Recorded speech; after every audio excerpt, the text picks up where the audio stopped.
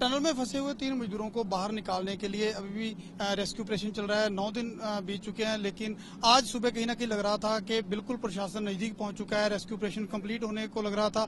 लेकिन अचानक से फिर से दिक्कत बढ़ी है, दोबारा से खुदाई करनी पड़ रही है। हमारे साथ डिप्टी कमिश्नर हैं मानसी सहाय जी।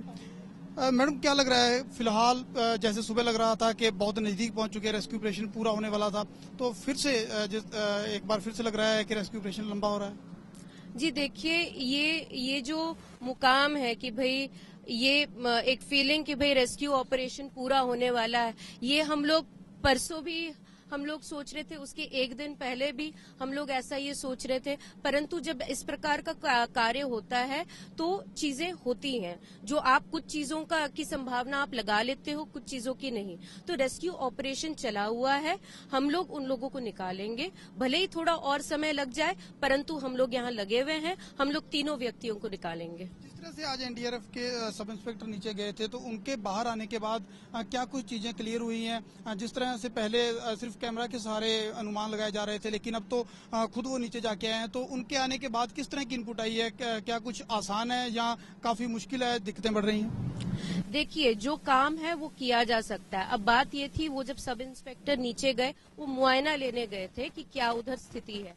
तो जो हमारा होल, जो पूरे स्ट्राटा के थ्रू जो स्ट्रेट जाना था, अंतिम चरण में कंक्रीट के जस्ट पहले वो थोड़े एक फनल के शेप में बना हुआ है, तो जिसके वजह से निकलने में परेशानी ये होगी, क्योंकि वो गैप जो है वो कम है।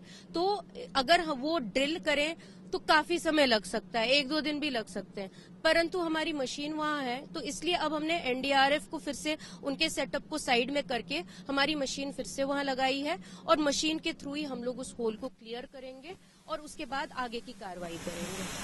फिलहाल 2 लोगों से आपकी बात हो रही है, प्रशासन की बातचीत हो रही है, दोनों की हालत कैसी है? और जो तीसरे के बारे में अभी तक कुछ पता नहीं चल पा रहा है, तो क्या दोनों को बाहर निकालने के बाद तीसरे को जो सर्च की जाएगी, या फिलहाल तीनों के लिए एक साथ ऑपरेशन चल रहा है?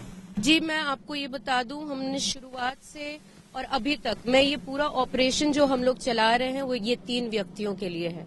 तो इसलिए अगर आप देखेंगे, यहाँ हॉरिजॉन्टल जो हमारा टनल के अंडर की जो कार्रवाई है वो भी चली हुई है। हम लोग मलबे के थ्रू वर्क कर रहे हैं, क्योंकि हमें आशा है कि हृदय राम वहां हो सकता है, ठीक हो सकता है, तो वो भी हम लोग चला रहे हैं।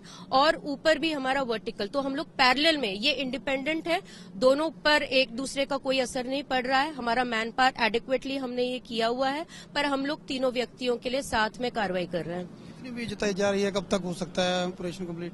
जी, हर चीज आपके सामने है, तो मैं बिना मतलब के एक टाइमलाइन नहीं सेट करूंगी। मैंने प्रायोरिटीज सेट किए हैं और उसको ही हम लोग जितना जो संभव टाइम है, कम से कम में हम लोग उसको करने का प्रयत्न करेंगे। बाकी सब कुछ आप लोगों के सामने किस प्रकार की चीजें आ रही हैं, तो मैं अभी प्रायोरिटीज सेट करूंगी। सबसे पहले तो वो ऊपर का होल ये हो, और साथ ही साथ नीचे का ऑपरेशन तो लगा हुआ ही है, और उसके बाद जो है एनडीआरएफ टीम उन 2 लोगों को निकाले। हृदय राम के लिए भी हम लोग यहाँ से कार्रवाई हमारी चली हुई है। प्रशासन लगातार कोशिशें कर रहा है। डीसी जो बिलासपुर के डीसी मानसी सहाय हैं, या खुद वहीं जो जहां से सुराग किया जा रहा है वहीं खुद बैठ करके पूरे ऑपरेशन की मॉनिटरिंग कर रहे थे।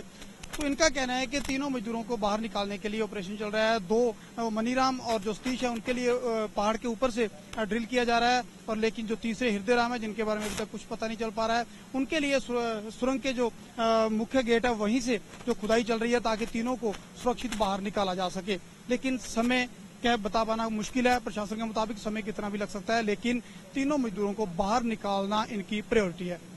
कैमरामैन गुलशन के साथ नरपिंदर सिंह बराड़, एबीपी न्यूज, बिलासपुर।